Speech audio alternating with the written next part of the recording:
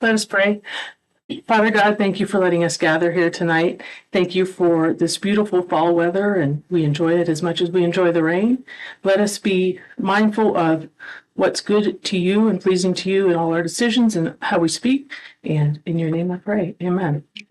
Could we have a moment of silence in remembrance of Jim Politis, supervisor? He passed away, and I didn't know it. I didn't know it either. If we could just have a moment. Jim Politis was supervisor in Montgomery County over the Reiner area.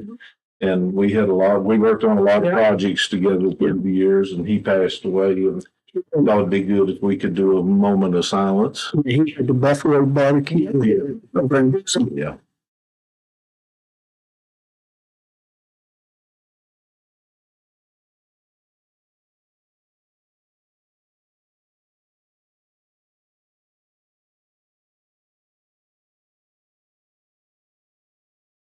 And Jerry, I'll ask you to read the pledge for us in a minute. Put my fire in the ship. Yeah. I'm glad to do this.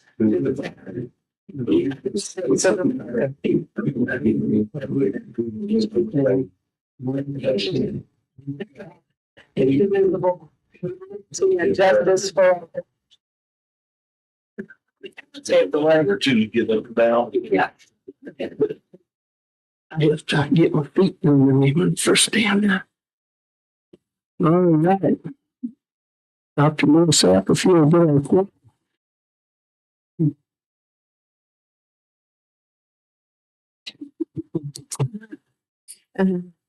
Welcome.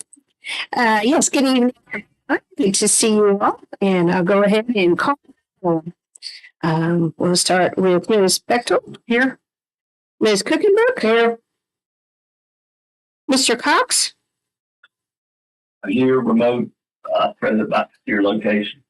All right, thank you, sir. Mr. Booth Here. and Mr. Turner. Sure. All right, so we have everyone participating, and Mr. Cox is participating remotely from a secure location. Thank you. Then we have approval of the agenda. Does anybody have anything to add or? You better not start. It's going to take you. Do you have anything to add? I do not. Okay. I'll take a motion to approve the agenda. I'll move to approve the agenda. Second. Motion second, call roll. All right, on the motion to approve the agenda as presented for the October 24th meeting of the Floyd County Board of Supervisors, Ms. Cookenbrook? Yes. Ms. Bechtel? Yes. Mr. Cox? Yeah. Mr. Booth? Yes. And Mr. Turman? Yes. All right, your agenda is approved as presented. Next will be the approval of the monthly disbursements. So I think we have two sets of them. Has everybody had a chance to look them over? And then we have just two quick staff comments, Okay. if I might. So we have one that is related to a avoided check situation. We paid a vendor in their process. They misplaced the check, then they cashed it, and we were still rolling one out, so we had to void one. So work through that process, but if it's complicated, that's part of it. And then also we realized tonight we missed one check, the second check to Virginia Tech for Gracie's work. And so we'll need to go ahead and add that, but wanted to make sure that you all were aware and hopefully would allow us to move forward with that and get it signed tomorrow. Apologies about that. Anything else, Kim? I'll take a motion to approve Both sets both sets with the addition. with the addition. I so move. Second. Motion second, call roll. All right, appreciate that. On the motion to approve both sets of disbursements as presented and the two additional items as noted, Mr. Booth, Yes. Ms. Cookenbrook, Yes. Ms. Bechtel, Yes. Mr. Cox, Yes. And Mr. Terman. Yes. All right, thank you. That's the approval of the disbursements. Appreciate it. Next will be the approval of the minutes. Does anybody have any corrections or questions? Make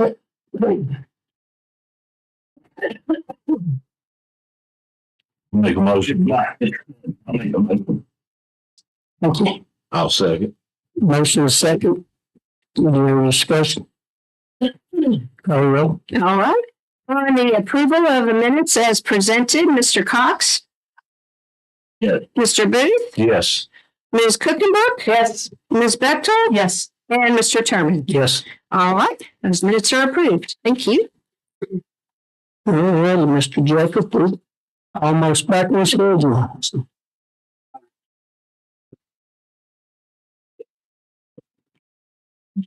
Reach out. There you go. Sure, it's all. It's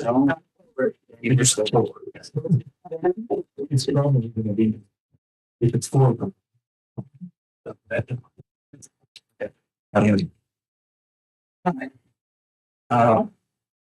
Okay. Good to see y'all again. It's been a while, but Yeah. maybe I just need to talk louder. I wanted to lead off, kind of not Parks and Rec related, but I wanted to brag on Miss Cromer in public. I think she's done a great job. I think from a year ago, from maybe the time she got here, there's been a noticeable shift in kind of how things move along, how we do things, the communication. So I wanted to brag on her. She's done a great job. She's already helped us through a few really tough scenarios. And I'm thankful for her and thankful for her partnership. So I wanted to make sure y'all knew that she was doing a great job. First things rec related. Football season wrapped up last week. The playoffs for the rest of the league are still going on. Our teams did not advance past the first round. My team played Giles in the first round of the playoffs. Junior team played Narrows. Senior team played Christiansburg. I did want to brag on our coaching staff as well. Each different team and each age level had a wide array of issues, none of which I think originated from the coaches. But they've handled internal and external stress very well, I think. There's been scenarios that were presented that, again, came out of the blue that they had nothing to do with, but I thought that they handled those situations with professionalism and grace. So again, I wanted to brag on them. I also wanted to say that, in my opinion, this is probably the biggest step forward as a football program we've taken in the 4 or 5 years I've been here.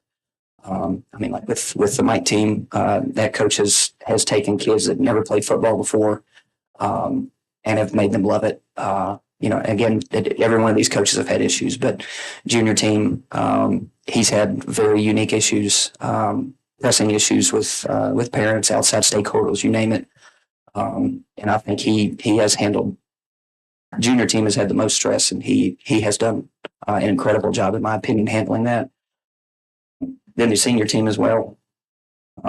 Senior coach has been with us from the beginning, or since I got here. He's seen it all. He's had good teams. He's had not great teams. He's had stressful teams, and I wanted to thank him for his longevity, sticking with us, and for all that they do for the kids. But I wanted to make sure I put that in there as well. You're good. Soccer is going to wrap up this week. We started the season a little slower than we were hoping. Had a rough time finding coaches early on. Had some things that delayed that process, but we started a little late, but we're finishing strong. To my knowledge, everything has been ran very smoothly. And kind of to piggyback on the trend of bragging on people, Christian has really developed quickly the last 6 months, and he is such a blessing. I can't tell you how much of a burden he's taken off my shoulders. So I just wanted to make sure y'all know he's doing a great job as well. We do have a couple issues to discuss in the future for soccer. They're equipment related, but the two large goals, or the full size 8x24 goals, have been in our possession, to the best of my knowledge, for at least 10 years, if not a little longer. They've broke 6 or 8 times and have been fixed each time. But I think they're kind of at the end of their useful life. I was advised not to use them after this year. So that'll be something I'm looking to replace. They're not cheap, but I do worry about the safety of the kids. They tend to break at the bottom. The aluminum's getting real brittle. It's hard to keep them welded. So just be on the lookout for that. We'll have to replace a couple of the others, medium-sized goals as well, but those are not nearly as expensive. Looking forward to the spring with baseball and softball. I will need to take action on both infields at some point over the winter, and the outfields too.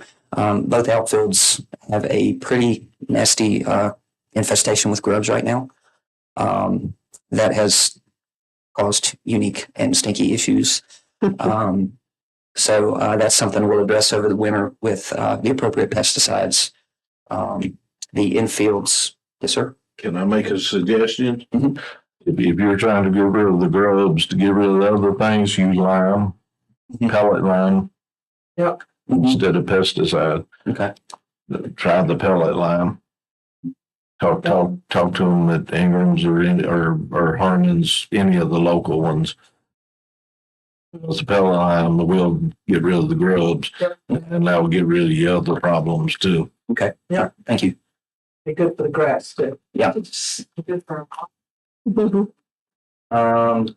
As far as the infields go, I think the infields have held up probably as well as we could have hoped over the last 4 years. I think folks that put them in did a great job of kind of proofing us as best as we can without irrigation, without proper drainage on the sides, the whole gamut. So I think it's held up well for what it was intended for, but we are losing quite a bit of infield mix each year. And this is just due to the fact that the fields don't drain well, erosion, water runoff, XYZ. So I had our field expert from Rockhaven come out last week and estimated that we're about 100, 120 tons of infield mix short. Infield mix is not super expensive. The trucking is what's expensive.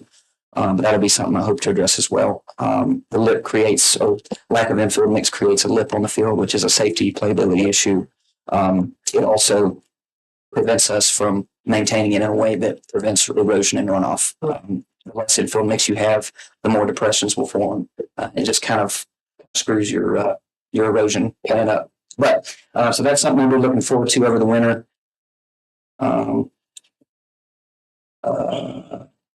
The last few months, my advisory board and I have really tried to focus on, figuring out where we're at, what we're good at, maybe some things that we struggle at, what can we do to get better with what we have already. So we went through facilities, our programs, how we run them, basically tried to examine everything. Excuse me, I'm going to go to my next page here. So we discussed this for 2 or 3 straight meetings. And my advisory board recommended to me that we go after a rec center and ball fields. I know this will be a very long-term goal, but this is something that I've started just trying to look into how feasible it is, maybe see what kind of grant funding is available, just do some 30,000 foot work on it. But that is what was recommended to me by my advisory board. I wanted to present that to y'all as well. Go to the next one here. This one I'm proud of. 2 weeks ago, let me back up here. For a few years now, I've recognized the need of seniors in the county. We know that by 2030, over 50% of the county is going to be over the age of 50. You get another 5 years, that number jumps even higher. I think that's a gap in our programs, and I think that we have resources right now to address that. We are putting a lot of thought and process into how can we serve our senior population, what are some of the programs that they need, and again, what can we do with what we have already. But I say that to say this. We have met with the NRV League's version of their senior coalition, if you will. There's an athletic version of the NRV League and then a senior version. I've met with the senior version for a while, and we were now in a position to apply for membership. So we applied. They accepted us as a full voting member into that coalition. And one of the cool things from that is we will now host the 2029 Senior Games. And if for those that may not know what Senior Games is, it's 20 or 30 games spread out through a community, and hundreds of seniors come out. It's a major economic driver, and that's a really big deal for us. So it's a few years away, or more than a few years away, but in my opinion, that was a really big step forward for us. So I was excited about that. And as time goes on through the spring, I hope to start kind of sprinkling in little bits of senior programming as I can and try to build that best I can as well. Next thing. So the reason I wasn't able to meet with you all last time was I was in Dallas for a work conference. I kind of wanted to go through some things that I learned there. The conference itself is educational based. It's so I can get my CEUs, but it also has a lot of cool things with it. It had I kid you not, 100,000 square foot exhibit hall full of so many cool things. It probably wasn't a good idea to send me because I come back with ideas. Yeah. So many ideas. But we had that. There was a lot of networking opportunities, some great speakers, great food. So it was a really great experience. I learned a lot. But I think, maybe the biggest takeaway from some of the classes I took was the need for the department's planning. The way I've looked at it for a while is, we have resources here, and I want to be involved in the vision and the future of the department. So I wanted to have my hand on everything that I could. But I've learned that, master planning is not so much taking away, my vision or whatever, but it's about making something actionable or getting you to where you want to be. So I thought something I've worked on for the past week is looking at grant funding to go after a master plan. I think that'll really help us. Yeah. Grant funding. Yeah, that's wonderful, isn't it? Yeah. And they're all, Linda actually got me hooked up with the Planning Commission folks. So I talked with one of their representatives yesterday, and they're confident there's a decent sized pool of money to make that happen. We've got to get some particulars out of the way, but they were excited, and I think even Kevin had mentioned he'd be happy to help us with that. So Excellent. yeah. So that's what I took from it. Make sure I get everything in here. Yeah. That was my spiel. So just wanted to share some things we've done and things we're working on and kind of that. So, I've just kind of ribbing you about grant funding. I mean, Jacob and I have been talking about grants for forever. Yes. That was it. Came on board. Yeah, It's there, right? So are football numbers still in decline, or do you feel like they've leveled out? Are they increasing? What did you take away this season? I think last year was the last year that we had an increase of any kind in football numbers. We went down slightly this year. I got a text from Christian if I'm wrong on this, but I believe we had 97 football players this year, which is down from about 105 last year. I think steadily, and this is not just in Floyd, but across the region and the country, football is declining. Right. So I don't see a time in the near future that football numbers will go back up drastically. I think that's something that will come back with time. But for at least the next 2 or 3 years, I don't see numbers going up a lot. And our helmets? Mm-hmm. Helmets, I have not sent them. Well, we haven't got everything back yet. Right. We're going to have to recertify all of our helmets this year. And that'll be $40 or $50 at least a helmet. How much?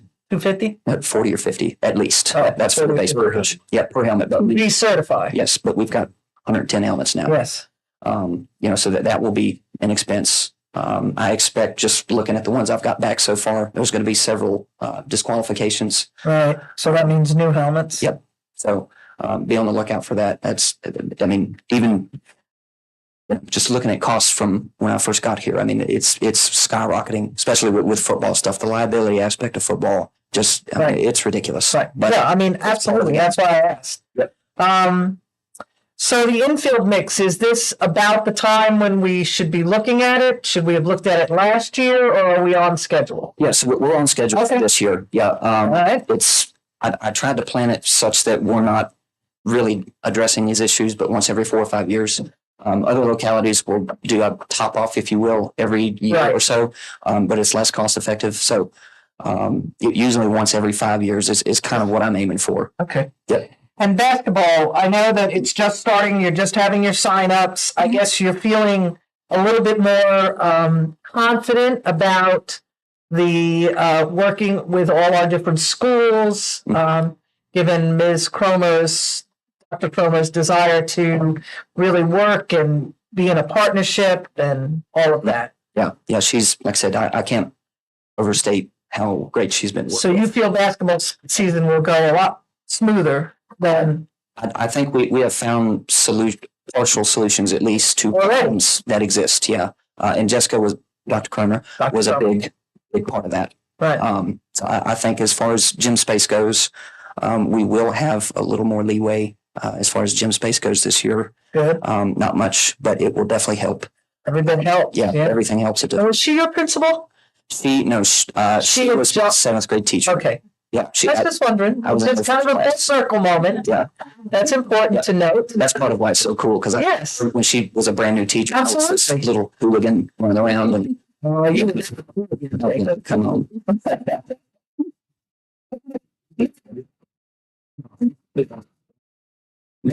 There was a time I was short and squatty. But noticeably, seriously, thanks for this really good information report. It's wonderful. And I look forward to, my basketball, how I like basketball.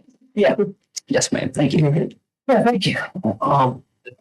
As far as basketball numbers, are they running the same or I didn't realize we were charging as much as we was for participation and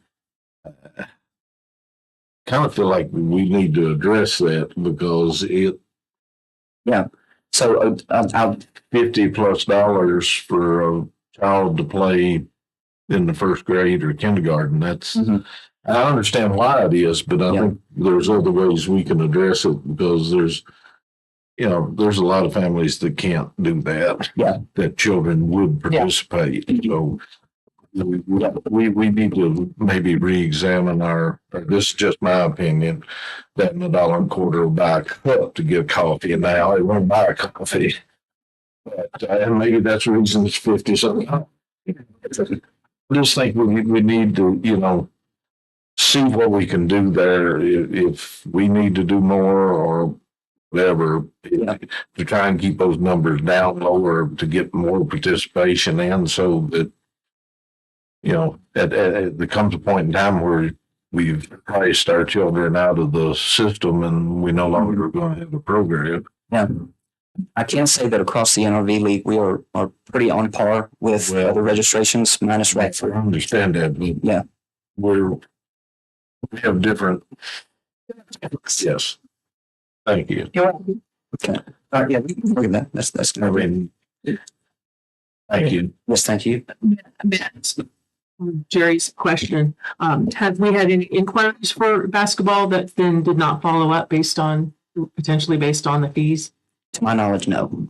And I will say this too: we do have scholarship programs available. I know, but still, that's a lot to. Okay. Maybe as we get into our budget, we could address all the fee schedules and see what they are and see if there's anything we can do to. Yeah. Well, this next budget cycle will be. I try to go in 2-year cycles on fee reviews. So this next year will be a fee review year. So that'd be a good time to do it. Good. Thank you. And then the senior program, have you got up with Montgomery Senior Services? I know Joy has a great program out there. Yeah. So Joy's actually a part of the NRV League for Seniors. I've worked with her, Christiansburg, Blacksburg, Radford, and Pulaski. Very On good. this. And they've been great help as well. Joy especially. She's nice. It is. Sounds like you're doing a great job. Yeah. Appreciate the update. Thank you. Yes, thank you for what you're doing. Question I had for you, Linda. Yes, you answered hers, so I got mine, but this just might seem corny and I may not articulate it like I want to, but Dr. Cromer is your 7th grade teacher. Yeah. Mm-hmm. And now y'all are co-workers or whatever. Yeah. It's an But I honor. guarantee you, when you look at her, you still see that 7th grade teacher. It's Cromer. It's right. She's got your respect and you will never forget it. It's out here. Yeah. I respect the dog out of her. She's earned every bit of it. And like I said, I'm excited to work with her in the future. We got a lot of things cooking on the back burner. So, yeah. I think it's wonderful when that happens in our community, when you get to work with the people that, taught you. That's the thing about Floyd. Yeah. Out of sight, out of mind. I forgot that. Yeah, thank you. I'm just going to say thank you for the update. I appreciate you being involved and keeping us informed. So anytime. This is fun. Get out of the house a little bit. So. All right. Well, I'm gonna go home and have some supper. Y'all have a good night. All right. Thank you. Yeah, y'all have a good night. Appreciate it. Think about us by eating supper.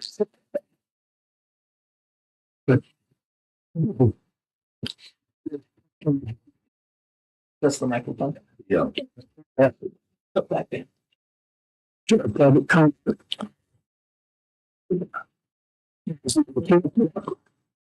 Just an intent to all persons attending, regardless of handicap and conditions, shall have an opportunity to participate. If any person present requires special assistance, please recommend that arrangements can be made. When you come to the public station, the district you're from, limit your comments to 4 minutes. I think it's all. Yep. It's a conversation. We'll just listen. We don't respond in public comment. So. All right. And so far, I have 5 folks that have signed up.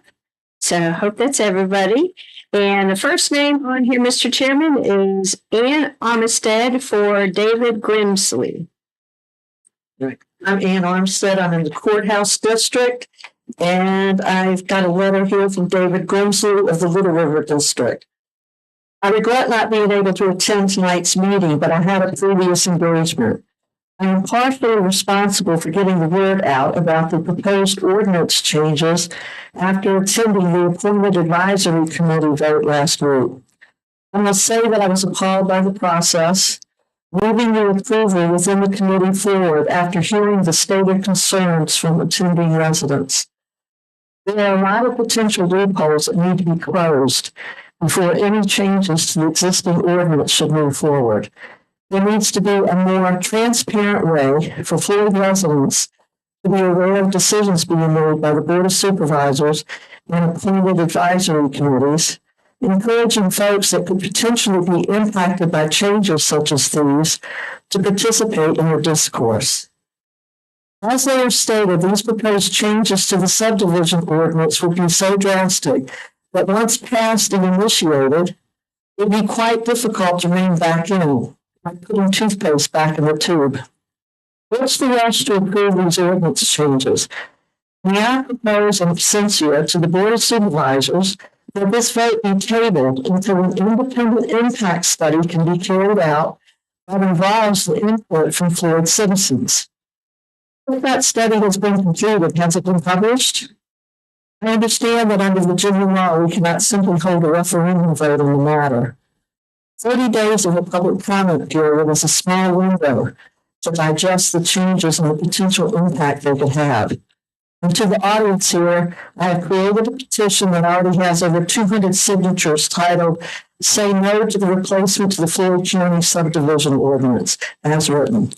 I encourage anyone sympathetic to these concerns to sign it so we can slow this process and have the opportunity to scrutinize the 96-page document thoroughly and give constructive feedback. Sincerely, David Grimsley. And if you would like to sign the petition, if you raise your hand, I've got it and I'll give it to you. Okay, thank you all. Ms. Armstead. The next person that is chairman that has signed up is Kirsten Vest from Locust Grove.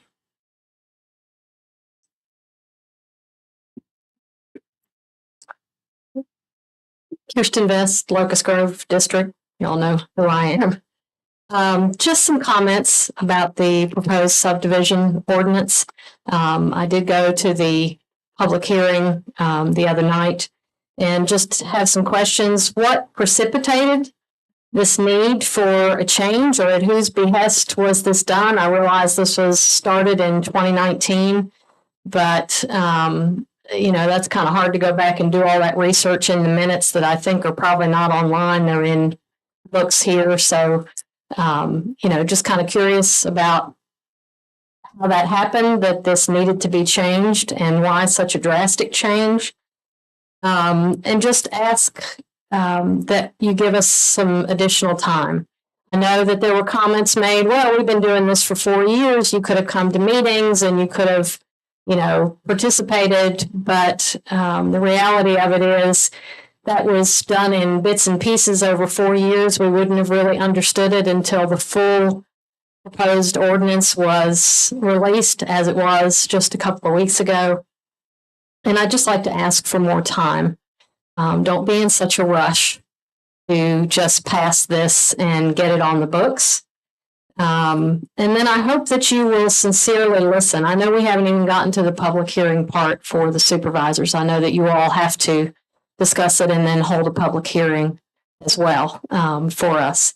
But I hope when you do that, and in the time leading up to that you will sincerely listen to your constituents, consider our concerns, and make changes, or even send things back to the Planning Commission to make the changes they need to make, even if that means 2 more public hearings after the one that you're going to hold. This is huge. This is serious. This affects Floyd County probably for decades to come. And, just as I mentioned the other night, a couple of my biggest concerns are the preservation of farmland. It doesn't seem to go far enough to make sure that farmland is preserved, and there's no language about conservation easements or anything that could be done to help that. And then the water issue. I think that needs to be looked into much more deeply.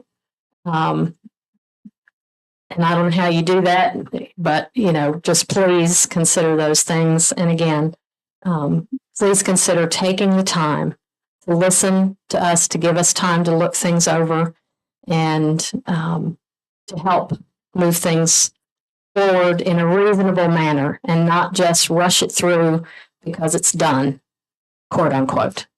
Thank you very much. All right, Mr. Chairman. Bill Daly, I believe, is the next speaker from Burks Fork.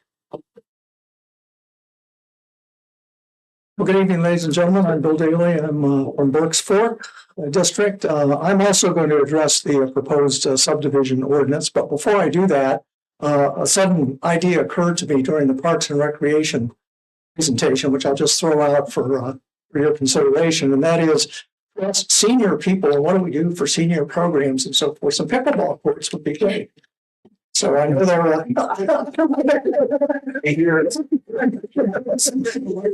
yeah, right. So money involved there, but just something to consider. So coming back to the issue at hand on the proposed subdivision ordinance. Let me say, first of all, that I completely agree with the letter that was read originally from David Grimsley in terms of the concerns that he has.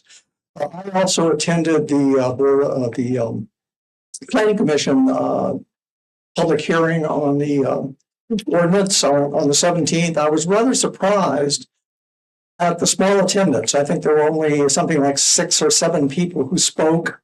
There was one person who was in favor. There were the other 5 or 6 or however many it was, either were not in favor or they had concerns. And that tells me there's a message there. And the message is that it's not that people in Floyd don't care, or it's not that they don't have an opinion about this. It's that a lot of people don't know this is going on. And so to echo what previous folks have said, there needs to be more time to consider this, and there needs to be more publicity about it. And I really think for you all to make a decision that's in the interest of the people of the county, that you need more public input. And so what do? How do we do that? I had suggested at the planning commission meeting, a public referendum. That's not possible for legal reasons, but a survey could be done. It would be quite simple to do an online survey to gauge the mood of people. And I think the principal concern that people have is this going to change what we know and like about the county? You know, and you really need to make people feel that that's been heard, that concern has been heard, that you're going to address it if there are changes that need to be made in the proposed subdivision ordinance, that they be made.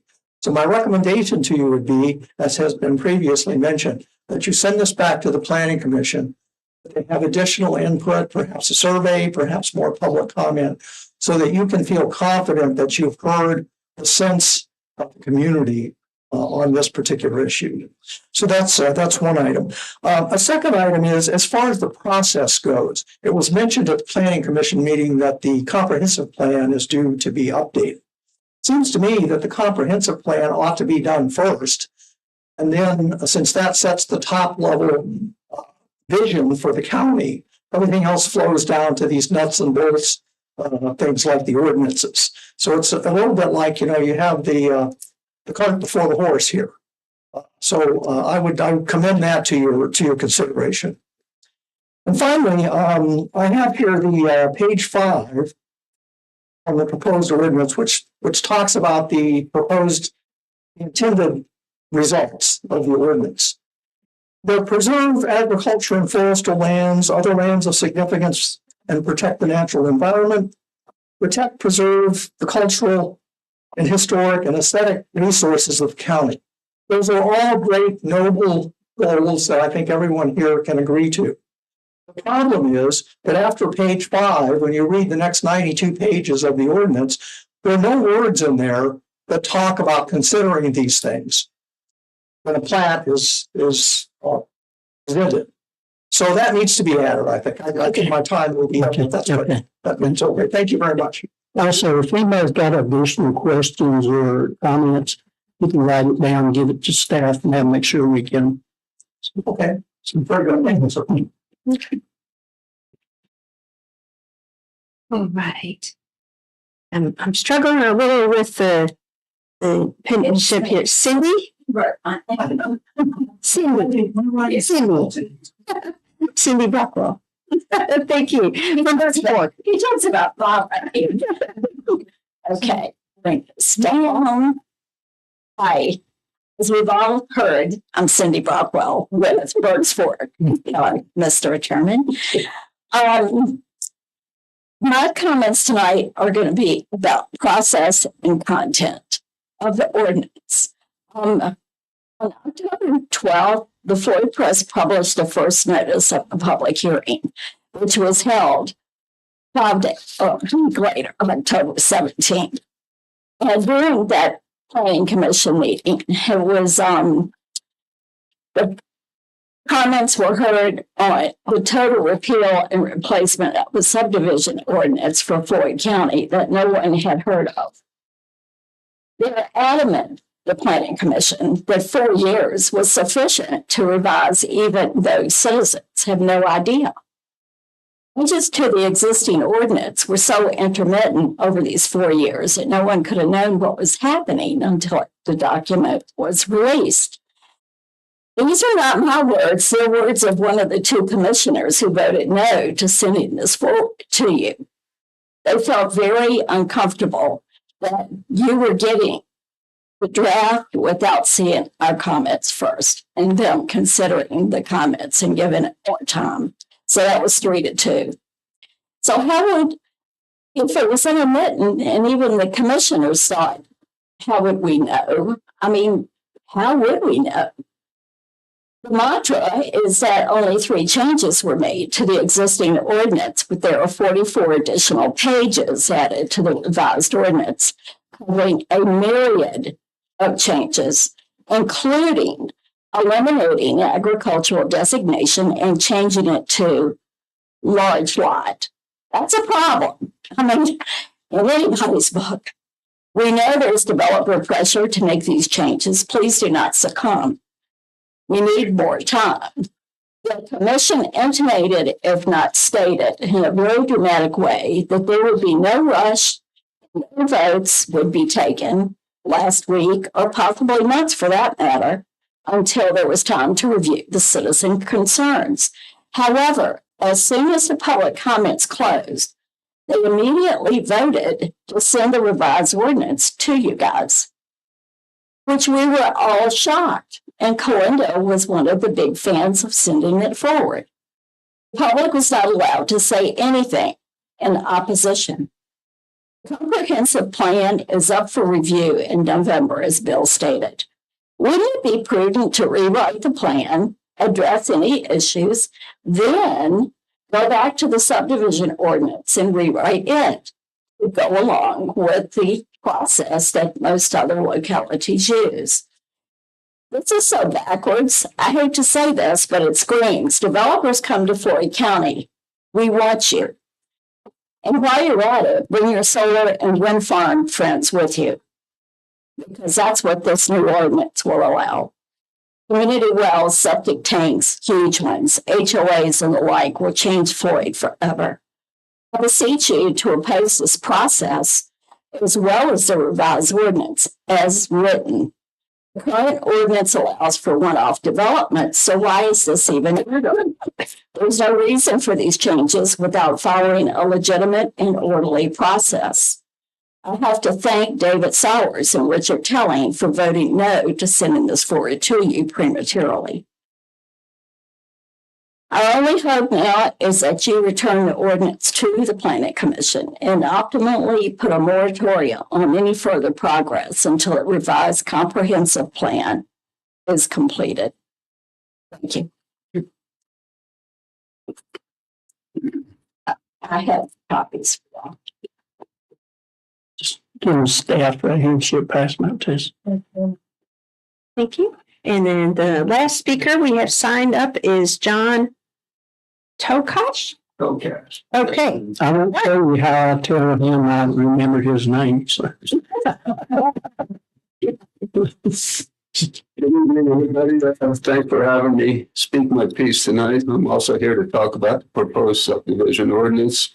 I have to say that I have only seen a high-level kind of overview of it. Not real crazy about what I saw. My wife and I moved down here to Floyd, nice rural, peaceful Floyd, about 7.5 years ago from up north to escape the urban sprawl. And I'm afraid that this ordinance is going to be kind of a slippery slope towards urban sprawl coming to our nice, peaceful, bucolic Floyd County. And I'm just totally not in favor of that.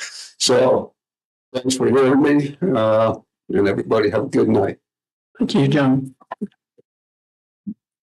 Chairman, those are all the names I have listed to speak tonight. What district are you from? I mean, that's what I was thinking, but I didn't want to stick my foot in my mouth. That's all? That's all the names that we have. Sir. No, Yes. no correspondence. We didn't get any correspondence. No. Okay, with that, I will encourage the public comment. We're closed. And we're going to let the whole business in.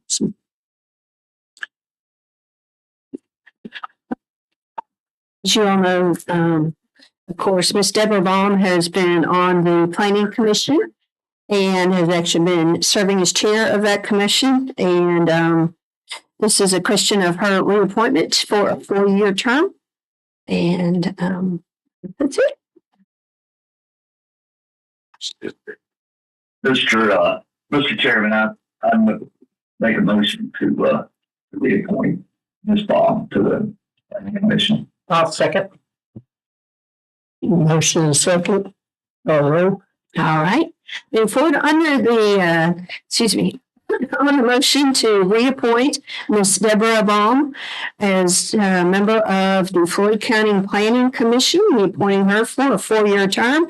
Mr. Cox? Ms. Kuchenberg? Yes. Ms. Bechtel?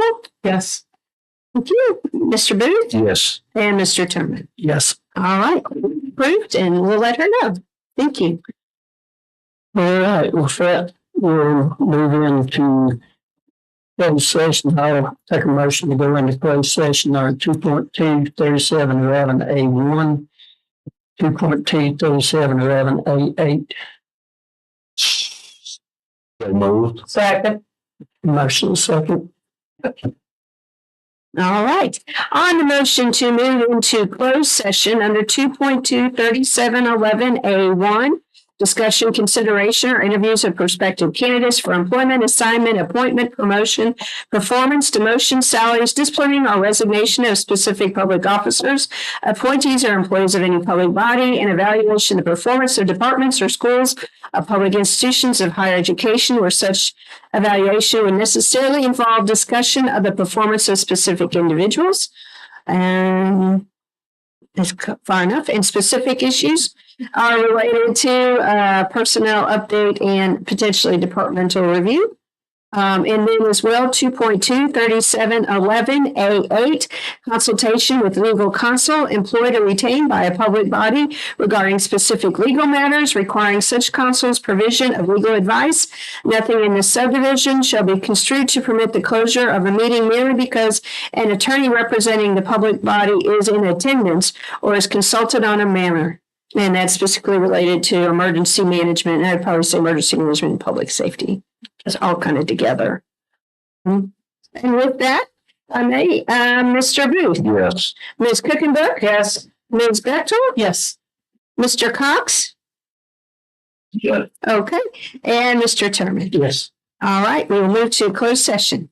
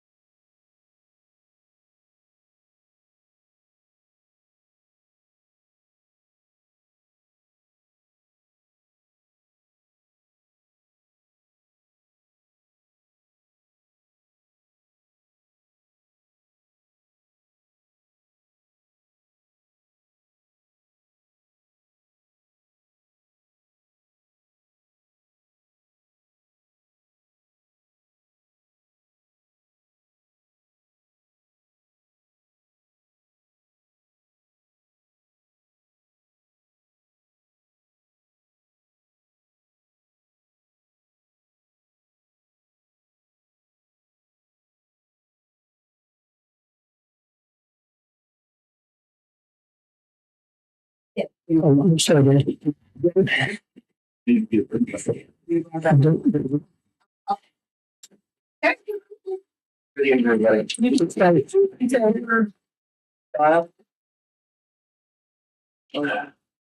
Okay.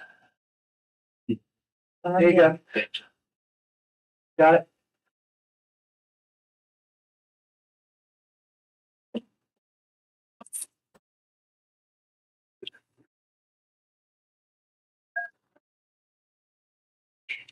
Oh, my. It's very It's some places sleep.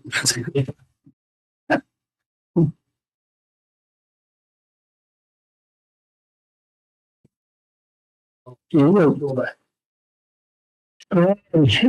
motion from a closed session. So, Second, on the motion to come out of closed session, Ms. Cookenberg, yes. Ms. Bechtel, yes. Mr. Cox, Yeah. Mr. Booth, Yes. and Mr. Terman. Yes, All right, officially out of closed session. I take certification motion that we want to discuss those things that are in closed session to discuss. So moved. Second. All right, on the motion to certify that when we're in closed session, we only talked about things we're supposed to talk about in closed session. Mr. Booth, Yes. Ms. Cookenberg, Yes. Ms. Bechtel, Yes. Mr. Cox, Yeah. and Mr. Terman. Yes. All right, thank you. You're out and certified. So we have no action items coming out of that, so we'll move on to our new business.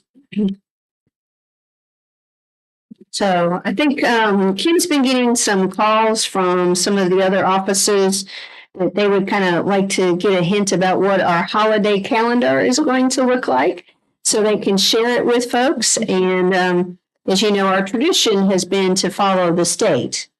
But they wanted to make sure it's clarified. And Kim, I don't know if there's any more you need to add to that. I think they were just, looking at the two holidays, the bigger holidays, which would include Thanksgiving and Christmas. And there's an additional 4 hours prior. Both fall on the 22nd of each month. Those are some of the more specific inquiries. And that they would like to, know what we're doing to make plans. Different departments have to go in different areas to discuss, so. So the Commonwealth says that those 2 days, the 22nd of November and December are half days. That was correct. 4-hour days. That's 4 half hour days. additional holiday time, correct, Correct. So it's a half a day. correct. And that's what the Commonwealth says. Haven't we in the past, though, go the whole day? We've done it both ways. Yeah, we've done it both. I think. This year and next year is going to be very tricky. Kim, did we go ahead and social services and give them the whole day, both days, didn't we? Oh, we did. At your last meeting? I'm okay with, well,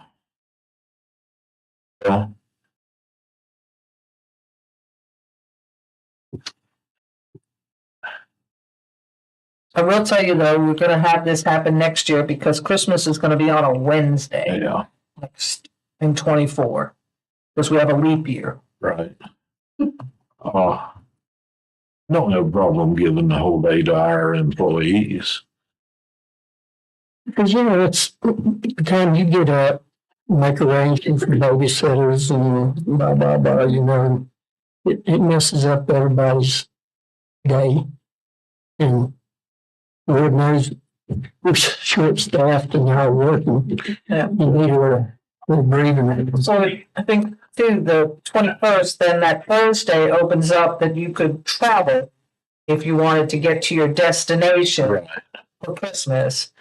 Especially the Christmas or Thanksgiving. But either one. Either of them, and maybe get a little bit of a head start the Tuesday or the Thursday. I think I would support. giving them a whole day off. Do we need Because I to think we take did that the majority of the time in the past. We have. if it's appropriate, I'll make that in the form of a motion if that makes it I'll second.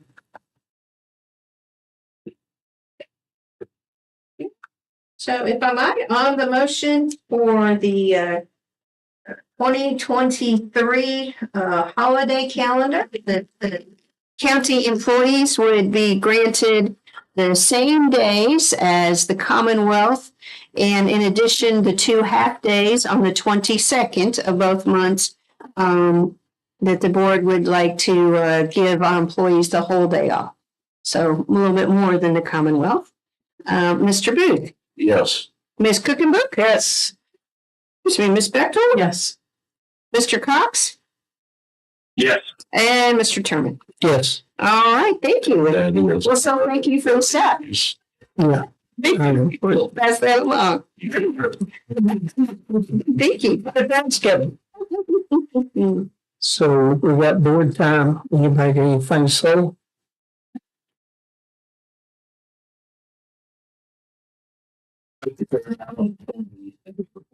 Okay, thank you.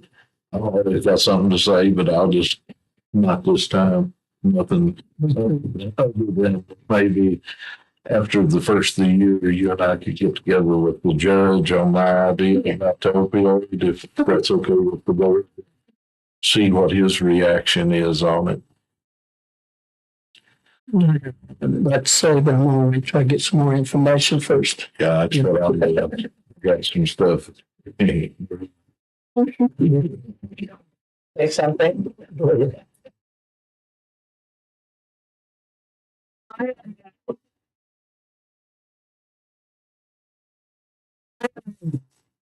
little bit concerned about how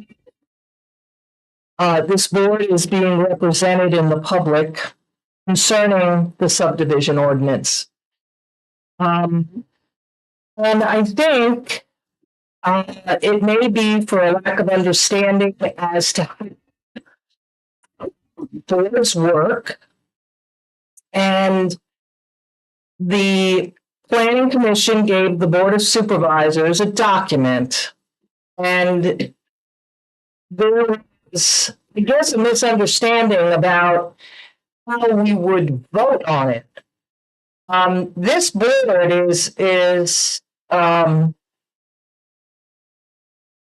a knee-jerk board. We study, we listen, we read, we ask questions. We ask questions outside of our sitting here for as many hours as we do, get an indication of how we want to vote, at the end of all of that. And we have wrestled with publicity. And we have wrestled with that in this day and age that we're in. How do you make it available so more people can know about things? And we've moved to the Roanoke Times, which has a broader circulation and more online presence. We don't get no response from our local paper. Correct. And yes, we do even put it in the Floyd Press as well. And they also have an online presence, but I read my paper online sometimes, and then I reread it when I get it in the mail. I still subscribe to the Floyd Press. But we are struggling to try and figure out how we can get to you. I personally wanted to stay to anybody in the Little River District, and people have reached out to me. And all of us are here as elected officials, and our numbers and our emails are available to you. I got an email the other day, somebody asking about it, and they responded, boy, that was quick. And we are responsive. You just need to ask. And we are going to be extremely prudent and thoughtful as we read through this. And I have lived in this county for 40 years, so I'm not a newcomer. I haven't lived as long in this county as Joe and Jerry. But I feel that I have been here quite some time. My children will be native Floydians for as long as they live. So I do have a stake in this. This is one of the few times back in the history of this board that we're all farmers up here. And that means a lot to us. And our farmland means a lot to us. And we've spoken about our agricultural commitments on this board. So I just want everybody to know this is not going to be rushed. We are going to be thoughtful, as I've said before, and diligent about keeping this county in sync with the citizens of this county. I don't usually talk at board time, but I felt this was an important issue. And even though, well, I think that's where I'll leave it on. I will add this. Every one of us is set up here on multiple occasions. Ask Urbana, ask staff, where we're at on subdivision. We told them right up front, every time we mentioned it, we sat there and said, we want to go through this thing page by page. But then we get emails or comments in the public, well, I know it was a complete write-over, I requested more time. That's what the meetings are for. And I'm getting tired of us getting blamed for rubber stamping. And we don't rubber stamp nothing. Yeah. I'd go ahead, or if you want to, I'll go last. Having been, as I serve on the planning commission, there's a lot in that document that I don't like, but the planning commission had beaten that horse beyond death. And it was time for it to get moved out and brought into a new set of eyes. So that's where I am with that. I mean, I know we're gonna beat this horse to death. I remember in the past, we said it's that long time. Right. So this is far from done, and because it was moved out of the planning commission doesn't mean that we were all in agreement, but it's 5 votes. And at some point you just need to say, we need to move this up. I'll go a step further. Me and Kim was been talking when Randall was out that we were trying to figure out somewhere in there to set it up where we should have a special, we call a special meeting for nothing but the public to give their opinion on subdivision limits. But I guarantee if we do that, we probably have the same 5-10 people. To make sure that people understand that when you talk about the subdivision ordinance, please read it. Please, if you have to, it's online. You can see it online. You can read it electronically. You can print it. You can have somebody else print it for you, or you can purchase a copy here at the offices. I can already tell you, I've been sitting there with recliner bins up restricted, reading it with Post-it notes. So, yeah. Well, I just want to say this too, and the ordinance has been restructured. And it's hard to sit down and compare it to the current ordinance page by page. And I understand that. And I feel that this board was going to give the public plenty of time to review. But that's what I asked. If you can set it down in section by section and compare it, some of it is, well, I served on the subcommittee, which started before the pandemic. Right. And we had a well-rounded group. We passed it on to the planning commission. There was things in it that I disagreed with, but it was time to move it on because it wasn't going to change. And I anticipate, in no disrespect to the planning commission, I anticipate a lot of changes. And a lot of the proposed changes actually came from citizens and their situation. For me, you own 60 acres, you got a house, a farmhouse on it, you decide you want to sell the farmhouse in 2 acres. It's got an existing septic system that's functioning properly. Well, under our ordinance, you have to bring somebody in to test that 2 acres, even though you already have a functioning system on it. Me, that makes no sense. Now, if there's something wrong with the system, that's a whole other thing.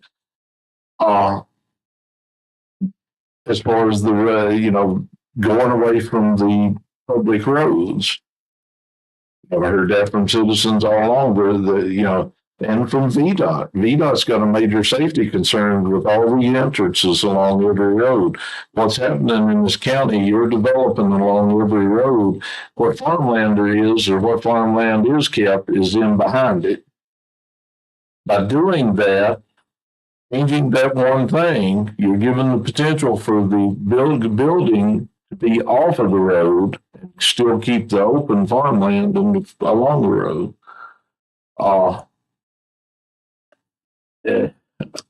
There's just several areas in it that, well, I'll give you another example.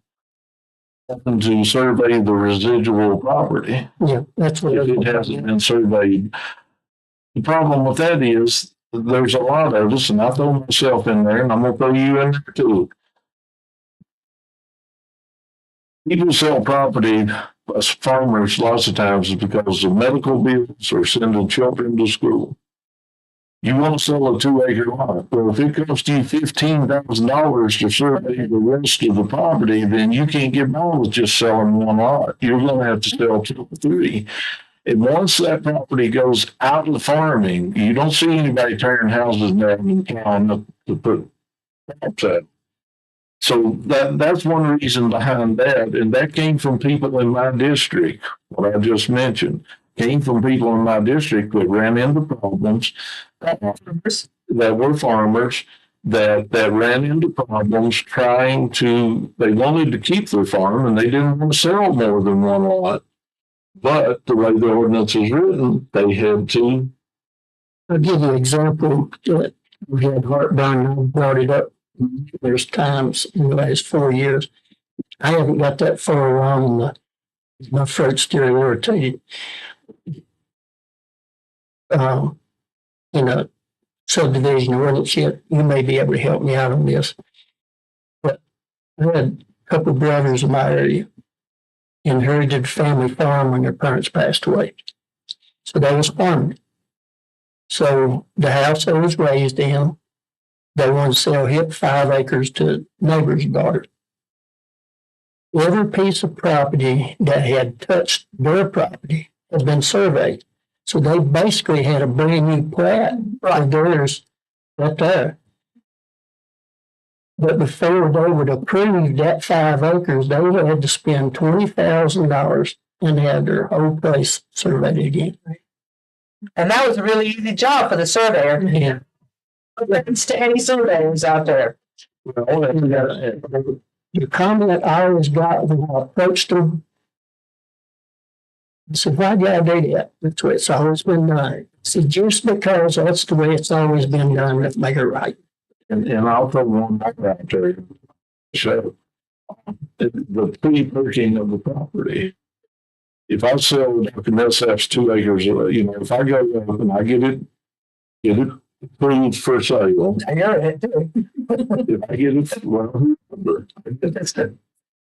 I have to pick out a spot for the house and the septic. I pay all these people for the permit. I pay all these people for the perking test. Well, if I sell it to anybody in this room, you look at it, I don't want my house there. You've got to go back and pay for all of it again. If you hold that piece of property, I think it's 6 months, you got to pay a renewal fee to the health department.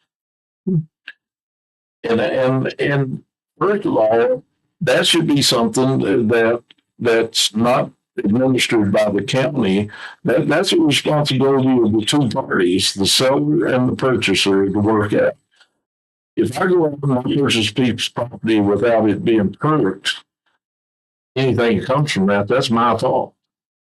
I know even contracts, I have team when I was in real estate. Selling piece of property, contingency on, They're cooking. you know, That's between them. yeah. Through the years, what's happened was and it's one reason land's so high. The counties impose these things that end up costing more. Now, the first person that did, if I do the parking, I'm gonna add the cost to the property. So the person purchasing the property, if they do anything different than what I have laid out, they're paying twice because they're paying me for the initial. It's the same thing on building a VDOT standard road. The cost of that road, if it's 5 lots or 10 lots, it's attributed to each lot. There was a lot of changes like that. The pre-working, also removal of the 100% reserve field that opens up properties for better use, better development. I had one or two people that came that thought it was crazy. You do 1 acres in the family subdivision, you do 1 acre. If you build the road off of it, why are you requiring 2 acres over here? Because what you're doing is you're taking another acre of land out of farming. Mhm. There's, I agree with Linda that I would appreciate people reading it and asking questions before accusations are made. There's a lot of misunderstanding. The simple clarification of large lot versus agricultural lot. Agricultural lot was nothing but a random name assigned to a lot over 25 acres. It wasn't keeping it in agriculture use. It put no restrictions on that land. It was just basically truly a random title given to that parcel that was created. So we're not taking, if the subdivision ordinance doesn't propose to take land out of agriculture use, it just is clarifying names of. This discussion we're gonna have to have. Yeah, One more thing, I'll get one more thing. So, the discussion about centralized water, that has already been there. It's already been applied. It was just clarified what it was. If you have a centralized water system, then you can sell half-acre lots. If you have a centralized water and sewer system, then you do quarter-acre lots. Now, in the old ordinance, it referenced the PSA, but what it was saying, and all the planning commission did was clarify what was already intended there and had been there all along. If you have a centralized water system, you can do a half-acre lot. That applied all across the county. It just didn't say that in the old ordinance. But that was there all along. That's not new. It's just clarifying and made it clear. It's there. That it's there. Now, if that's something the county as a whole thinks should be done away with, that's another thing. But a lot of what they did was clarify, and correct me if I'm wrong, but part of the increased number of pages was graphs and other stuff. From what I saw, There were a lot of graphs and drawings and examples and trying to make it very clear as to what the ordinance was saying. So it wasn't just words, there was a lot. So the increase in pages did not necessarily equate to an increase in regulation, decrease in regulation. It was just that was. It is redundant clarification. Yeah. So That's all I'm going to my part. So it's been a bone sort of thing.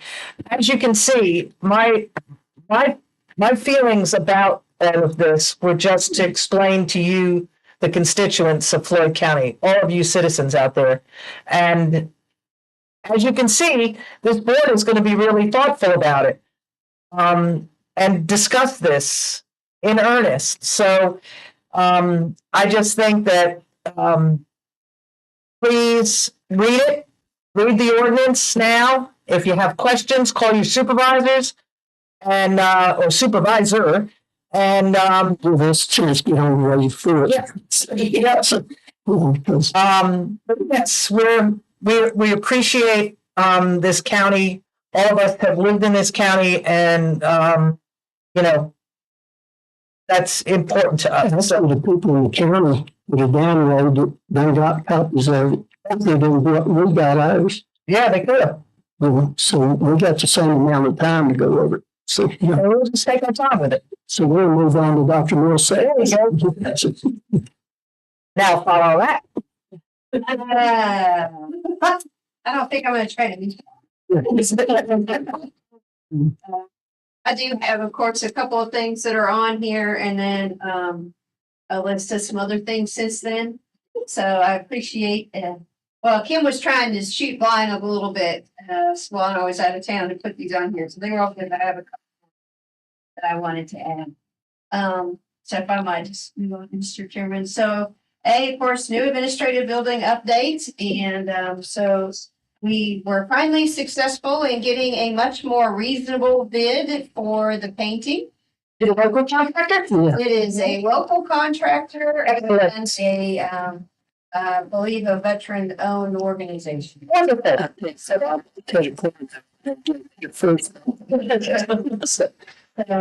yeah, we are hopeful they'll be able to start work around the first part of November and do all the painting within just a couple of months.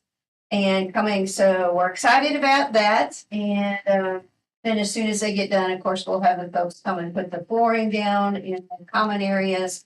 And then we'll be hopefully close to being able to make some moves. The staff, of course, has all gone through and put sticky notes on what we want to keep. So here in the next couple of days or so, Kim and I, Mark, will go over and start looking at the pieces that are left. See if they make sense for something for social services to use, or if we're going to go ahead and take some pictures and maybe put them up for sale at some point. So we can hopefully get all the things out of there that we don't intend to keep. And then move forward on that. Yeah, I would think so. Yeah, you'll have to do it through the auction. State auctions. Yeah. Maybe figure a school board may have our auctions. Yeah, maybe That's what we do. do it all together. Yeah. Have county auction, that's what they usually do. Okay. Yeah. So, but we're excited about that, and all the paint is here. So Great. we're all ready to go. And just as a side note for that, there is also finally green box. Great. So they're going to start working on those as things go along, and getting them not just painted, but all cleaned up and everything, greased and all that. Yeah, since the weather's getting colder, hoping to have some up. So that's exciting. The next one, I feel like there's not much more to be said. I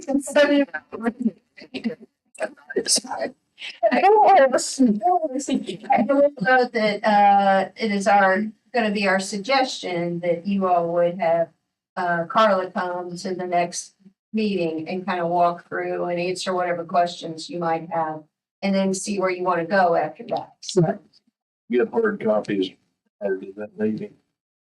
Oh, you already got them. It costs $15.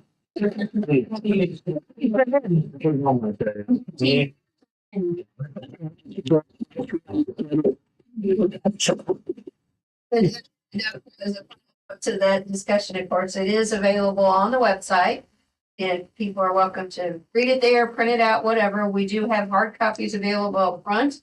But we have deemed those as FOIA requests. And so we are following the FOIA laws about charging our actual costs. So we have calculated out to the penny how much it costs us for all the sheets of paper and the ink and all those things.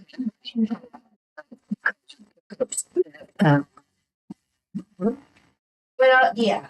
So it's only the only that we log is just how much time it takes to put it together, not doing all the work, and we're also not charging. Everything's there right now.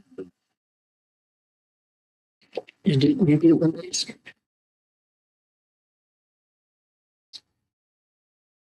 Maybe have to get another break. Yeah. It's been a long day. So forgive me. I'll double check. I think so. Just probably sitting in the recliner reading it. So, wait a minute, but Our next meeting, Kevin Bird has reached out to us from the Regional Commission. Right. And they have a requirement that they're supposed to come and present to all the county. each year. So he's asked if he could be on the agenda at our next day meeting. So he'll plan to be here at 9:15 or so to speak after Dr. Bremer. May I interject there? Can you ask him to please bring the numbers? Mhm. Thank you. Yes. Yeah. And while you're on, Kevin, if you want to, you can go up, set up a board retreat. Because I can drive, you know, a little bit more each time. So, yeah, now would be a good time for me to do it. So, yes, I wouldn't be worried about getting home feeding cabins.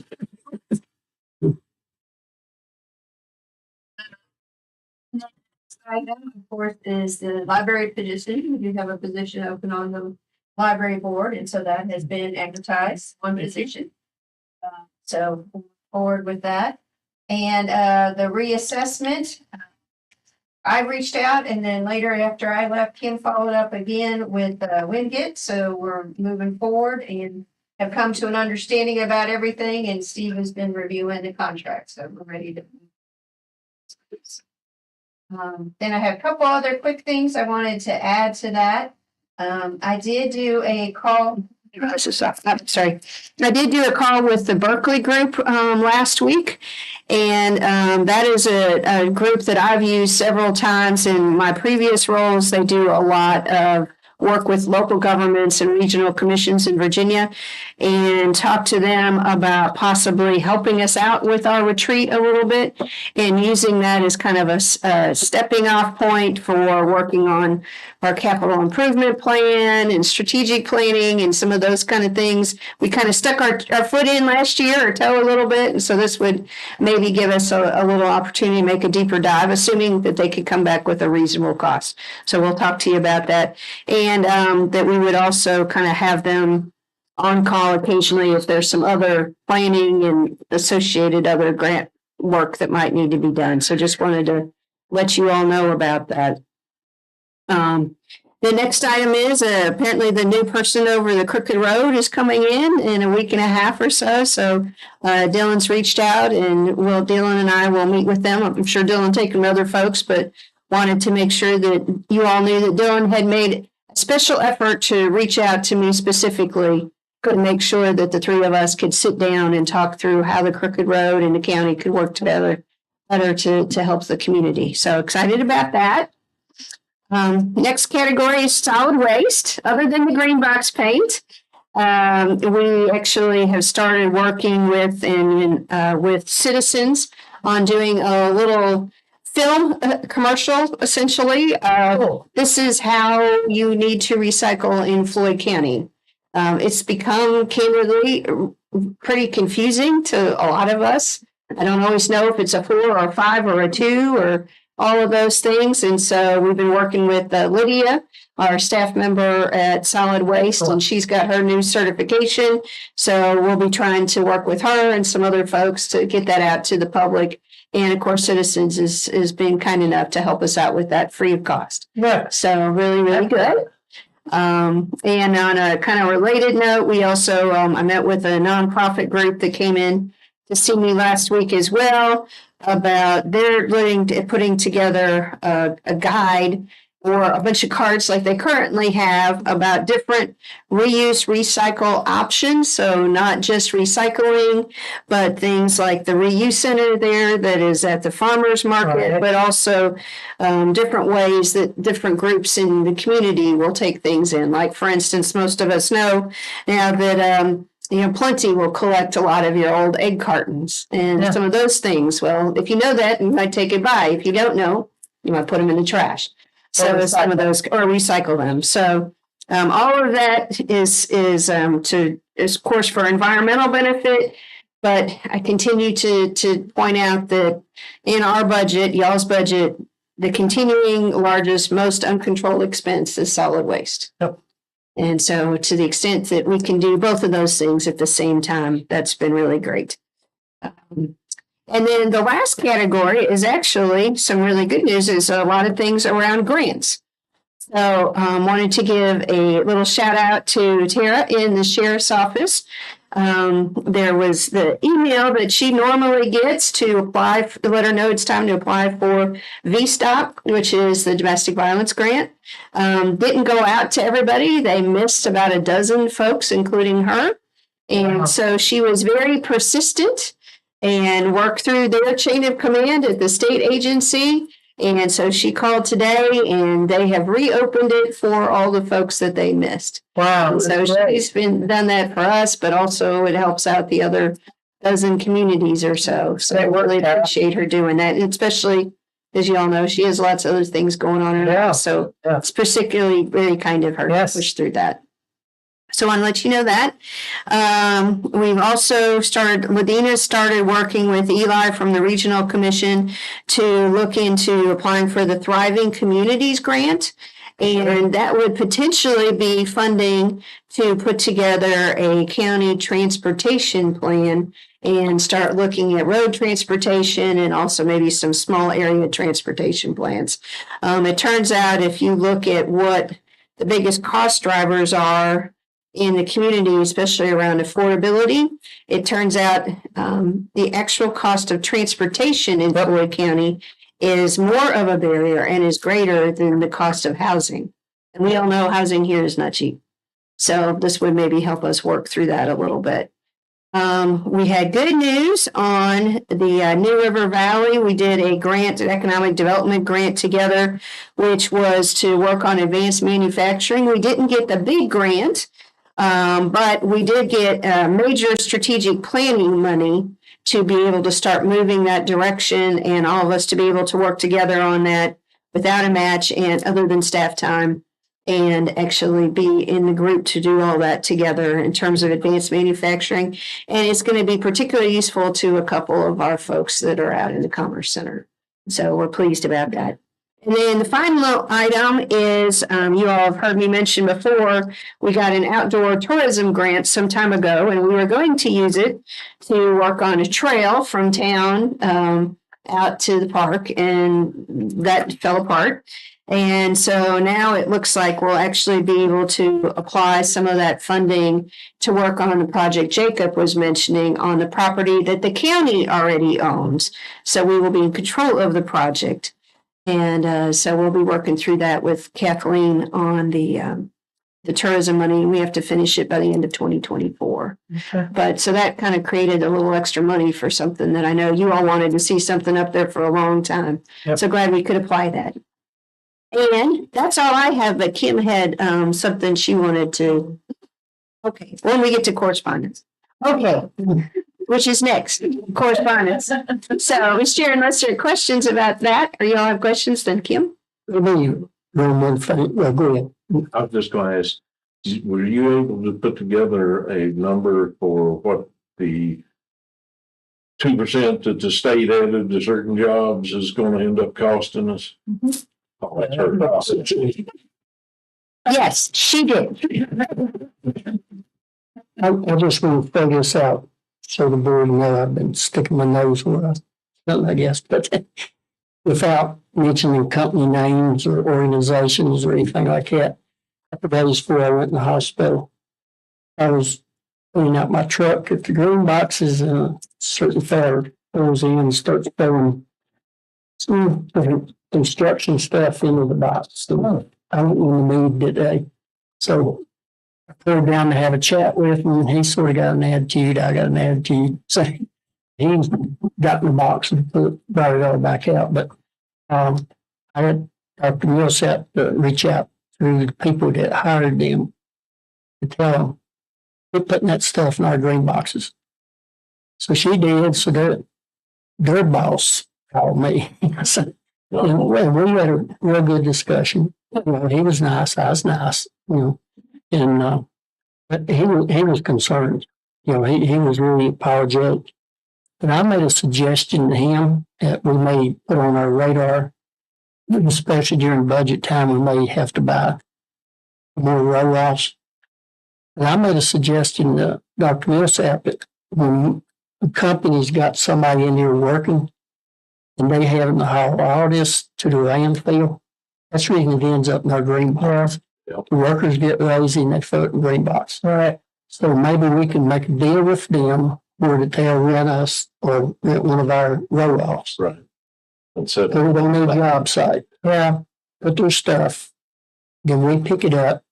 like Dr. Millsap says, a lot of this stuff biochar can use. Yep. Plus, there's a lot of plastics in there that maybe we can get rid of. Yeah. And that will cut down what we're hauling to Floyd Mountain. And make us a few dollars too. Yeah. Yeah. But I just wanted to throw that out there so y'all be thinking about how we're gonna go about it. So. Good idea. No, I think that's. What was it? Oh, I already, Kim's gonna have to run it. If I give him time. So in your correspondence, I actually, if you refresh, I actually put all the information in a folder that says 2% budget approval, which is all the communication from the compensation board, as well as an additional one that came from the electoral board. Well, So Department of Elections. Department of Elections, thank you. Yeah. As well as you have the subdivision ordinance folder, which has the PowerPoint that was at the planning commission hearing, subdivision itself, and a few other correspondence for you to review. Also, I put not included in a folder, and then I'll get back to the 2%. It was the confirmation request for the resolution for the school, the school road abandonment. I put that resolution in there, which is correspondence from Steve to go ahead and move forward, which was your request to not move forward until we get that. Right. So I went ahead and broke down the 2% in two fashions. One, note that I used fiscal year 2023 annual salaries for the base, because that's where it was coming from originally. In the event for your decision, there's two numbers. It's the entire county, which 2% based on fiscal year 23 salary would be an additional $81,521.68. Please note that the sheriff's is a little bit more detailed, and there's some compression things and where they stand. And I already spoke to Brian. He's diligently working on it, and I've also been reviewing it as well. The other number would be the compensation positions that they reference in that fiscal year budget approval. So I took all the people that are comp positions, and that number is $34,410.14.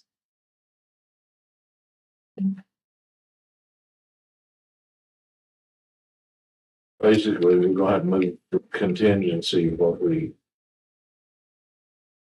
Yeah, during the budget process, you put $50,000 originally for this instant.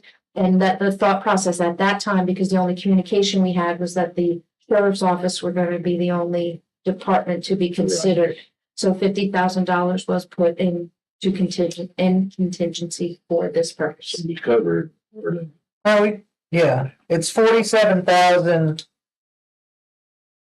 $21, $111, some cents difference that we have to add. Like if we just got the comp board, we just did the comp board positions. That's that's 34,140. We have to add an additional $47,000 to get everybody. That's what I'm getting at. To get everybody, it would be, you would need an additional $31,521 for the money that you put in contingency. But we already had your budget, so. 50,000. 50 in it. 50 of it. So we have to come up with 31. So an additional 31. And an 80. We tried to cover it, so. Yeah, with all the information that we had at the time. Good. Richmond they don't care. Yeah. They don't care what a bond they put in the best one. So the only thing I ask, if you would take into consideration is by our next meeting, and I also believe I'll have more information with regard, with the sheriff, as well as he's prepared to be at the meeting. just to be able to make a decision at that time, because I'm gonna need time payroll wise for the changes. Cause it starts what? Yeah. So it's a December 1st start. Yeah, So I would need, a little bit of time to, change all the that needed, to be updated, for the end of December's payroll.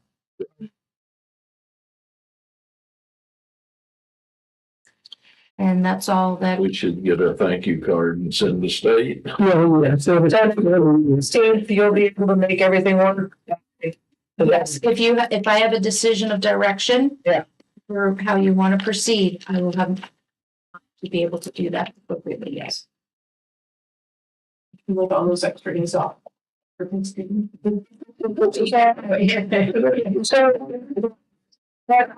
Anyway.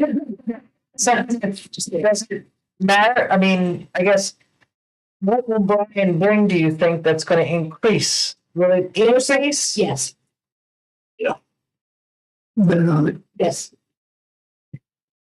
It will increase. There's different, Regulations. there's different compression depending on what, how they're ranked. Right. And some tenure, things of that nature that could come into play. That will come into play, excuse me. Yeah, could increase it. Depending on how that comes across. Yeah, from what I'm reading, it's in there, and I'm sure there's a couple more things that'll come out for clarification, because that's how history has worked. Depending on what they're indicating, what they're, a lot of salaries that we have may already be at that cap. Right. Right. Potentially, if we stay under 100,000, we'll be lucky. I think. If you're Depends on how much shape you set. if you're looking at doing this for the entire county, yes. Well, yeah, with that, I'll take the magic word or pretty much no agenda. Oh, wait a minute, what value they think I speak up outside out of. Yeah, I'll take a jump. Hey, it's only 15, Levi. Hey, you better look at him. No, anyways. I'll make the motion for adjournment. Second. Motion to adjourn. And then. Yeah, have a good one. Thanks, Levi. Safe travels coming back. Yeah, see you, Levi. Take care. Ah.